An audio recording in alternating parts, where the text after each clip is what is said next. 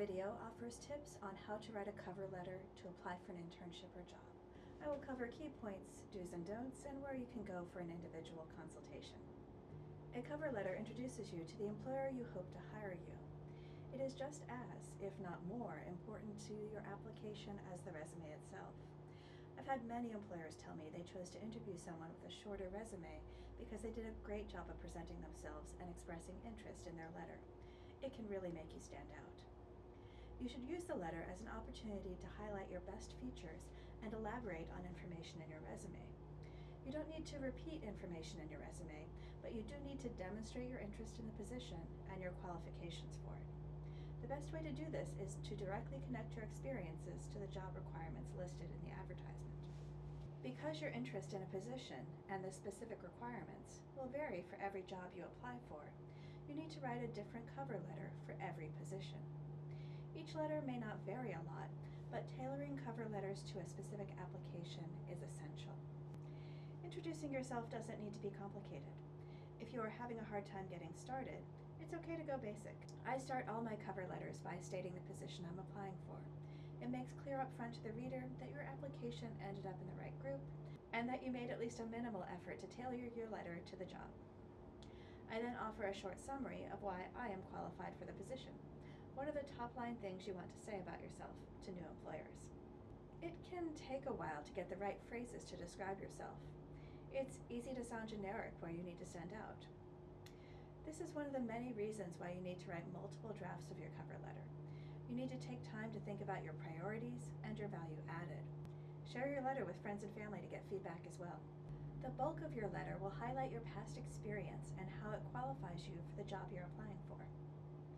The key things to note here are, first, don't repeat your resume. Instead, elaborate on it. And second, link your experiences to the specific requirements of the job listing. On your experience, remember to define your work broadly. The most relevant skills to highlight might come from a paper or project you did for a class. It might be an event you organized for a student group.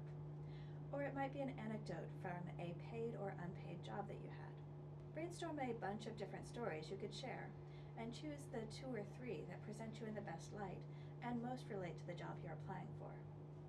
Remember that if you get an interview, the employer might ask you to discuss one of your examples in more detail. When describing your experience, do your best to use language identical to the job announcement. This will help your job materials pass through any algorithm used to scan them before a human being reads them. The AI will scan for phrases in the job announcement, things like developing and maintaining a schedule, or managing a social media account, that are often found under key responsibilities. But don't forget that a person will also read these materials. Don't copy so much that your language sounds fake or stilted, and try to write with a concise narrative style. Describe a story about your past experience in order to make it interesting. But what is most important is to be specific.